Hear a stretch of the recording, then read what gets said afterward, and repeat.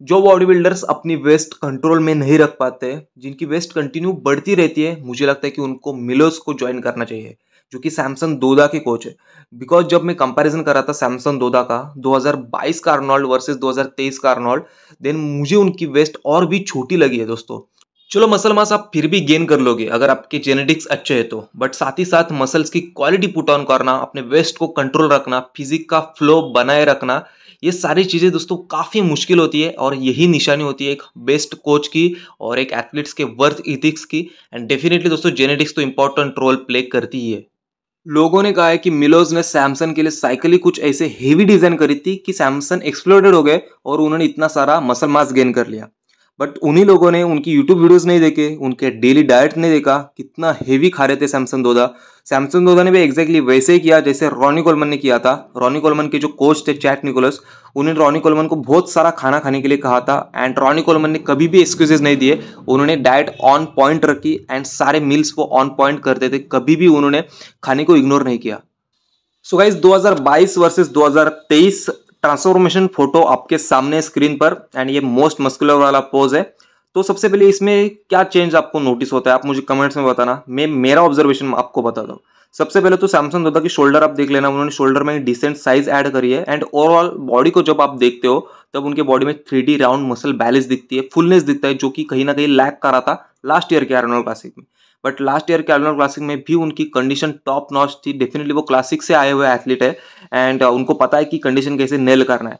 But इस साल वाले आर्नोल्ड में फाइनल्स में वो काफी अच्छे थे और टाइट भी थे, बट प्री जजिंग में वो थोड़े से सॉफ्ट चल रहे थे। साथ ही साथ अपर चेस्ट में उन्होंने मसल मास ऐड ऑन करा है, इसकी वजह से शोल्डर टू चेस्ट का रेशो काफी अच्छा लग रहा है, सेपरेशन अच्छा लग रहा है। साथ ही साथ मिड सेक्शन को कंट्रोल रखा है। बट सबसे ज्यादा इंप्रूवमेंट अगर उन्होंने करी है, फुलनेस अगर उन्होंने मेंटेन करा है, देन उन्होंने अपने लेग्स में करा है, लोअर बॉडी में करा है। उनके काप्स को सबसे पहले आप नोटिस करना, काप्स में इतना सारा मसल मास उन्होंने ऐड ऑन करा है, वो भी सिर्फ एक सालों में। यही एक नोटिसेबल चेंज होता है और इससे पता चलता है कि एथलीट कितना हंग्री है सक्सेस के लिए। Because last year Arnold classic में जो एथलीट फिफ्थ आया था, हो सकता है कि वो अगले साल के आर्नोल्ड क्लासिक में थर्ड आया या फिर सेकंड आया, बट सीधा उन्होंने ओवरऑल आर्नोल्ड क्लासिक जीता है। तो इससे एक बहुत बड़ी अचीवमेंट होती है एंड ये रिजल्ट्स उन्होंने अचीव करे अपने फिजिक में, उसकी बदौलत उन्होंने ये टाइटल जीता है। कोई भी कंट्रोवर्शियल उनको टाइटल नहीं दिया गया है, उन्होंने अपने मेहनत से अचीव करा है। उसके बाद दोस्तों मुझे एक ड्रास्टिक चेंज लगा उनके फ्रंट डबल बाइसेप वाले पोज में। सबसे पहले तो उनके बाइसेप्स सेपरेटेड लग रहे थे इस साल, जो कि उनके कोच ने कहा था कि उनकी स्किन इतनी हार्ड आती है कि उनके मसल सेपरेट नहीं हो पाते। बट हम डेली रूटीन से स्किन पे ही काम करें, स्किन क्वालिटी और भी ज्यादा उनकी हम थीन करने वाले हैं, तो उसकी वजह से उनकी बाइसेप्स सेपरेटेड लगेंगे और सारे मसल सेपरेटेड लगेंगे। उसके बाद लैट्स में मुझे काफी सारी इंप्रूवमेंट लगी है, लैट्स में उन्होंने साइज ऐड ऑन करा है एंड ओवरऑल फ्रेम पे उन्होंने अपनी थोड़ी सी फ्रेम ब्रॉड करी है। इसकी बदौलत उनकी वेस्ट काफी छोटी लगने लगी है एंड हो सकता है कि वेस्ट और भी छोटी हो गई हो सच में।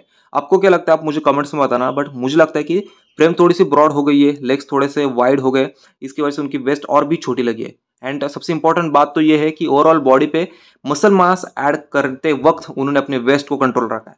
साथ ही साथ आप लोअर बॉडी देख लेना, आप लोअर बॉडी में जो आउटर स्विप्स होते हैं उसमें मसल मास कितना ह्यूज कैरी करा है उन्होंने। साथ ही साथ सेपरेटेड लेग्स आते हैं, कंडीशन आते हैं, ऐसा नहीं कि उन्होंने just muscle mass add on करा है और एक बल्कि फिजिक लेके स्टेज पे आए। और काप्स भी देख लो, तो मुझे लगता है कि उनके फॉरआर्म से लेके काप्स तक हर एक मसल्स पे उन्होंने काम करा है, हर एक मसल ग्रुप पे उन्होंने काम करा है एंड सक्सेसफुली उन्होंने ये फिजिक अचीव करी है। एंड वैक्यूम जब हिट करते हैं ये पोज एक डोमिनेटिंग पोज हो जाता है और मुझे लगता है कि ये एक फेस ऑफ बॉडी बिल्डिंग है। अगर मैं 2023 की बात करूँ तो अगर ओलंपिया में ऐसी फिजिक वो कैरी करते हैं with more thin skin quality and sharp muscles, then हो सकता है कि वो डायरेक्टली हार्डी चुपन के साथ कंपेयर करे खुद को।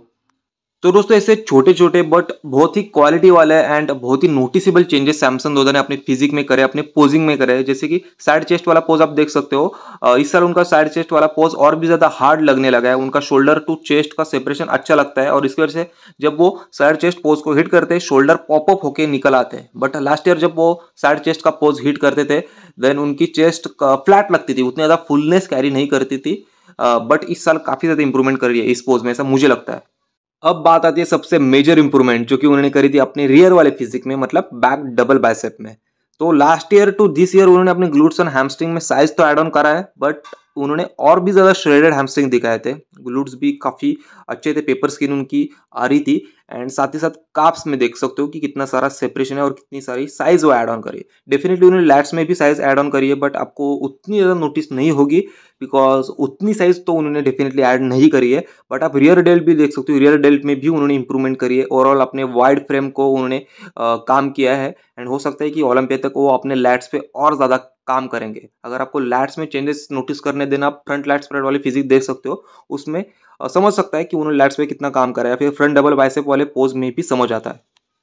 दोस्तों, हम में से बहुत सारे लोग ऑनलाइन वे प्रोटीन ऑर्डर करते हैं, जैसे कि 2 kg का वे हमें 4000 में मिलता है, 4500 में मिलता है, या फिर ऑफर में 3500 तक भी मिलता है।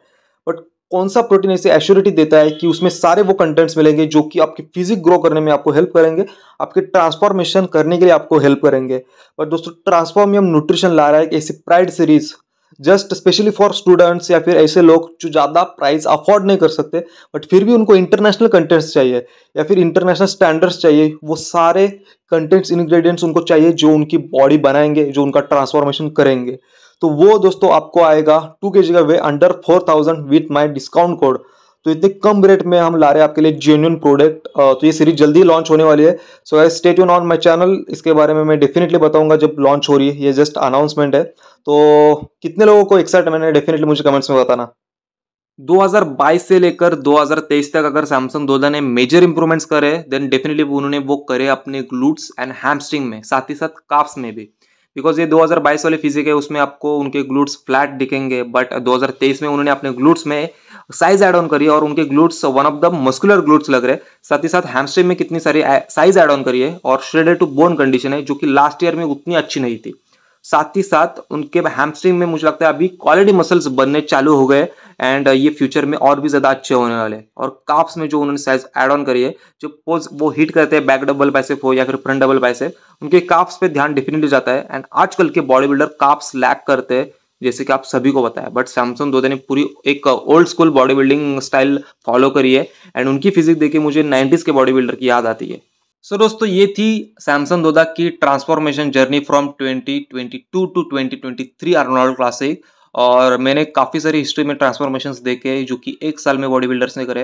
बट ये जो ट्रांसफॉर्मेशन सैमसंग दोदा ने करी है from 5th place to directly the Arnold Classic overall title winner, ये काफ़ी इंस्पायरिंग जर्नी थी मेरे लिए तो, बिकॉज मैं काफ़ी इंस्पायर हुआ उनसे। अगर ये कर सकते हैं देन डेफिनेटली कोई भी कर सकता है। बस जस्ट उतने माइंडसेट की और उतने वर्क की आपको नीड है। एंड ये ट्रांसफॉर्मेशन देख के आपको क्या लगा और कौन सी चीज़ और ज़्यादा नोटिस करनी थी, आप डेफिनेटली मुझे बता सकते हो। बिकॉज लगभग सारे नोटिसेबल चेंजेस मैंने शेयर करी इस वीडियो में, जो कि मैंने रिसर्च करे थे। तो आपको सैमसंग दोदा के फ्यूचर के बारे में क्या लगता है, डेफिनेटली आप मुझे कमेंट्स में बताना। नेक्स्ट वीडियो कौन से टॉपिक पे चाहिए वो भी मुझे बताना। Thank you so much for watching it. See you soon, love you all and stay tune for the next.